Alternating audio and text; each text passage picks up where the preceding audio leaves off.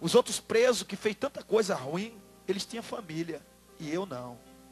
Um dia entrou uma mulher por dentro da cela, na prisão. Quando ela entrou, eu olhei para ela, era dia de visita. Eu vi aquela mulher parecendo comigo. Tinha uma característica de rosto igual ao meu. Eu olhei e disse, será que essa mulher é minha família? Aí aquela mulher olhou de cama em cama, procurando alguém. Eu disse, deve ser parente minha. Eu fechei os olhos e fiquei esperando aquela mulher chegar na minha cama. Quando eu abri os olhos, ela estava vindo na minha direção. Me trouxe uma esperança, irmão. Uma alegria tão grande. Mas quando ela chegou perto, que ela falou, eu olhei. O filho dela estava do meu lado, na cama do lado. Aquela mulher pôs o filho no colo, beijou ele, estava muito ruim ele. Abraçou, beijou e começou a falar palavras de mãe para aquele filho. Aquelas palavras me traziam inveja. Eu comecei a chorar. Desejo tão grande de ter uma mãe. Palavras de mãe tão bonita. E aquelas palavras tão suaves. Eu fiquei ouvindo ela falando com o filho e me trouxe tanta alegria.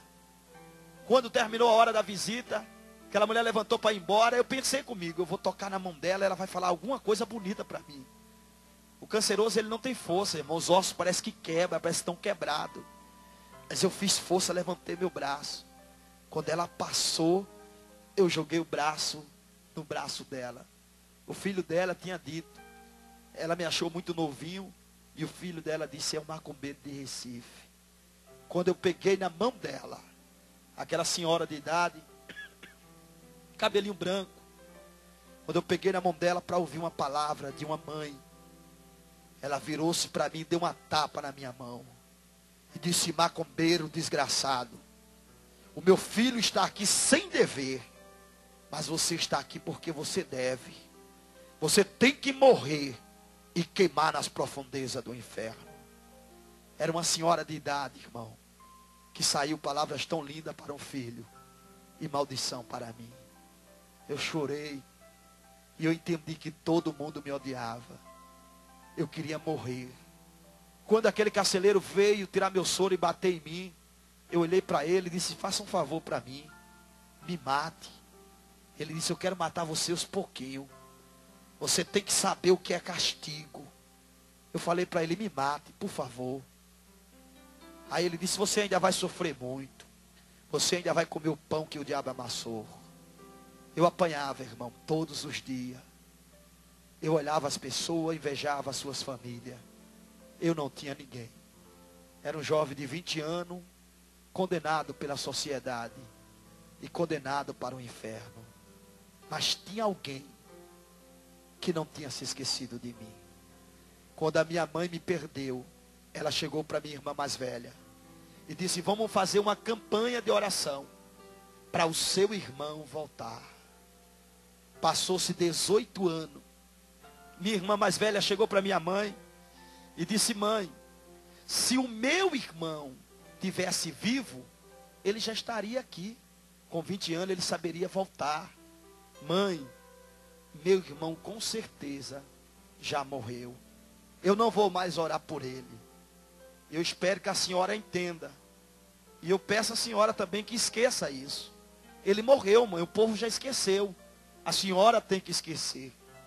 Minha mãe conta que chorou, abraçou minha irmã mais velha e disse, minha filha, Deus vai dar muita saúde a você, para você ainda ver seu irmão e abraçar ele e saber que o Deus que faz promessa é fiel com a sua palavra.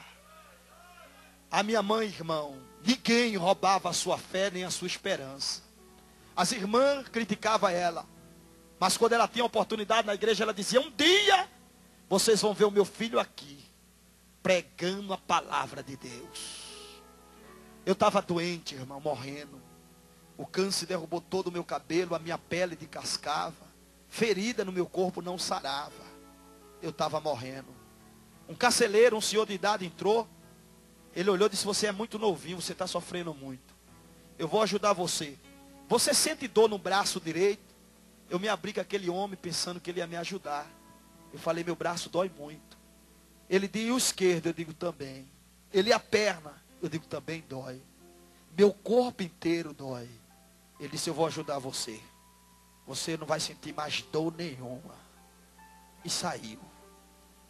Com os 3 dias aquele homem volta.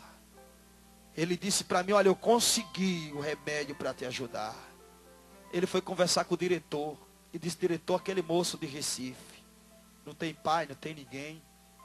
Não consegue ir no banheiro, está sofrendo. Permita, dê a ordem para a gente dar nele a injeção da misericórdia. Era a injeção que mata os cancerosos. Quando aquele homem entra pela porta, era a minha esperança. Mas quando eu olho na mão dele, tinha uma corda. Era a corda que amarrava o canceroso para ele não reagir e dar a injeção da misericórdia. 3 médicos por trás dele.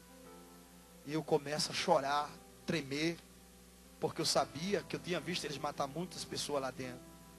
Eu vi que ele ia me matar. Quando aquele homem chegou perto de mim, eu olhei para ele e eu disse, o senhor falou que ia me ajudar. O senhor não vai me ajudar, o senhor vai me matar. Não faça isso comigo não. Me ajude. Deixa eu viver. Eu vou mudar, eu vou ser bom para as pessoas.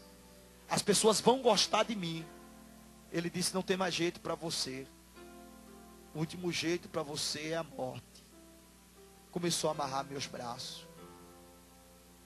Eu olhei para ele, irmão, dentro dos olhos dele. Eu falei, eu tenho 20 anos. Deixa eu viver. Ele disse, não tem jeito para você. Injetou a injeção no meu braço. Aquela injeção começou a tornar o meu sangue em água. Eu comecei a sentir uma dor tão forte. Apareceu para mim o Exum Caveiro, o Deus da morte. Ele disse, eu vou levar sua alma para mim. Você vai me conhecer como eu sou de verdade. Ali, irmão, eu sabia que eu estava morrendo. Eu fechei minhas mãos e disse, eu não quero morrer. Eu não vou morrer. Eu era muito jovem para morrer. O carcereiro viu que eu estava demorando. Ele me deu outra dose.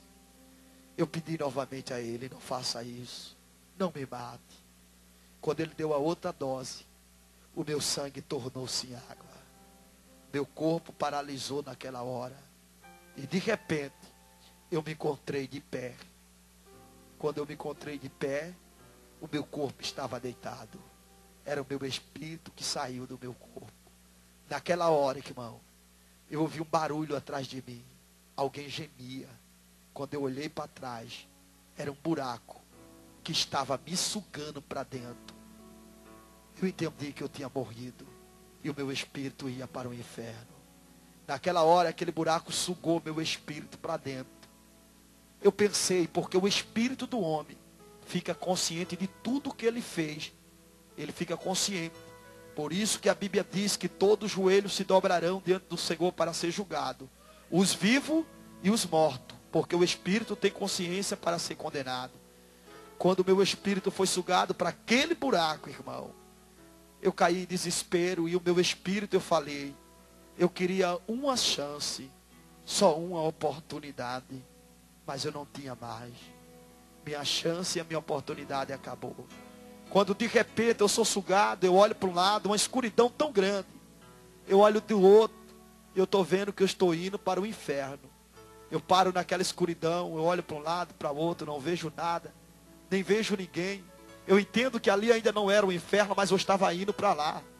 Em desespero, irmão, eu queria uma chance, uma oportunidade para ser alguém diferente. Mas ela tinha se acabado naquela hora. Foi aonde eu ouvi uma voz bem forte. Essa voz bradou lá dentro, muito forte. E essa voz falou, Deus, ó Deus, eu não sei aonde o meu filho está, mas vai ao encontro dele, Deus. Traz o meu filho de volta para mim. Aonde ele estiver, traz para os meus braços. Eu reconheci aquela voz, veio na hora a lembrança em mim, quando eu tinha 6 anos de idade. Era a voz da minha mãe, irmão, que não esqueceu de mim, que não me abandonou, que estava orando sem saber minha existência, mas estava clamando pela minha vida. E a Bíblia diz que pelo clamor do pobre, gemido dos necessitados, o Senhor Deus se levanta do trono. A Bíblia diz: aquele que crê em mim, ainda que esteja morto, viverá. Minha mãe estava clamando ao Deus da vida, ao Deus de poder, ao Deus de glória. Naquela hora, irmão, minha mãe gritou novamente e disse: Deus, traz o meu filho para os meus braços. Foi quando o meu espírito estava indo em direção ao inferno, com certeza. Apareceu 5 homens, que quando ele apareceu, aquele lugar tornou-se branco. E aquele homem tinha veste resplandecente. E quando eu parei de frente de um deles, eu perguntei quem era. Ele olhou para mim, sua boca não batia, mas a voz saía. Ele disse: eu sou Deus da tua mãe. Eu sou o dono da vida. Eu te ordeno agora, Espírito, volte para o teu corpo. Meu espírito voltou para o meu corpo. Era 7 horas da manhã. Eu pensei que aquilo era um sonho ruim que eu tinha tido. Mas quando eu abri os olhos, eu estava dentro do saco. Era o saco que enterrava os defuntos com câncer. E era enterrado como indigente. Se eu estava dentro do saco, é porque eu já estava sendo condenado morto. Mas quando o carcereiro veio me pegar, que veio verificando os sacos, quando ele abriu o meu, eu abri os olhos. Ele olhou e disse: olha, o jovem aqui, o rapaz do número 9, está vivo. Tá não, eu dei 2 injeções nele, o outro carcereiro falou. Está vivo, que ele mexeu. Ele se aproximou de mim, olhou para mim, e mexeu comigo, e perguntou que eu estava vivo. Eu fiz assim com a cabeça. Ele falou: o que aconteceu com você? Eu disse a ele: o Deus da minha mãe, ele me voltou novamente à vida. Abracachou, minerécia. Nada está perdido não, irmão. Você tem um Deus que é o Deus das coisas impossíveis. Não desista do seu sonho. Não desista não. Nada está perdido. O teu Deus está vivo para te dar vitória.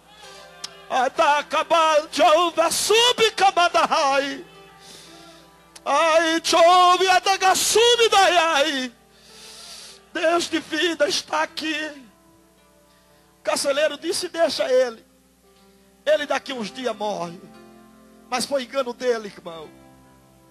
Eu disse comigo mesmo: Deus da minha mãe, manda alguém vir aqui que eu quero ser crente. Numa quinta-feira, o irmão que entrava evangelizando, ele perguntou a alguém aqui dentro: quer aceitar Jesus? Eu levantei a mão. Ele disse: moço, você quer aceitar Jesus? Eu disse: eu quero. Eu levantei minha mão, ele colocou a mão na minha cabeça. E quando ele orou por mim, Deus me batizou na hora com o Espírito Santo. Eu fui curado do câncer, irmão. Com 1 ano, eu me levantei e tornei-me um pregador do Evangelho de Cristo. Passei 4 anos e 6 meses na prisão. Quando veio o meu alvará de soltura, um pastor que fazia evangelização dentro do presídio, ele disse: você não tem família. Você não tem para onde ir. Você quer ir para minha casa? Eu disse: eu quero. Ele disse: eu fiz um quartinho lá, que eu guardo as minhas ferramentas, mas eu vou limpar ele e você vai ficar morando lá. Até você conseguir um emprego, ou quem sabe encontrar sua família. Eu disse para ele: olha, pastor, contei o que aconteceu comigo. Eu disse: olha, eu tenho mãe, só que eu não sei o nome dela, mas eu sei que ela existe. E ali, irmão, fui para a casa daquele homem. Quando era dia das mães, era dia que eu sofria. Todo mundo tinha mãe, eu não. Dia dos pais, todo mundo tinha pai, eu não. O pastor me abraçava e dizia: eu sou seu pai. Era um pai, irmão, mas não era meu pai. A mulher dele era uma mãe para mim, mas não era minha mãe. Eu queria meus pais. Eu queria minha mãe. O pastor disse para mim, ensinou eu a orar. E disse para mim: olha, eu vou levar você para o monte para orar. E no monte, você vai conversar com Deus. Vai ter um particular maior. Mas eu fui para o monte mais com curiosidade.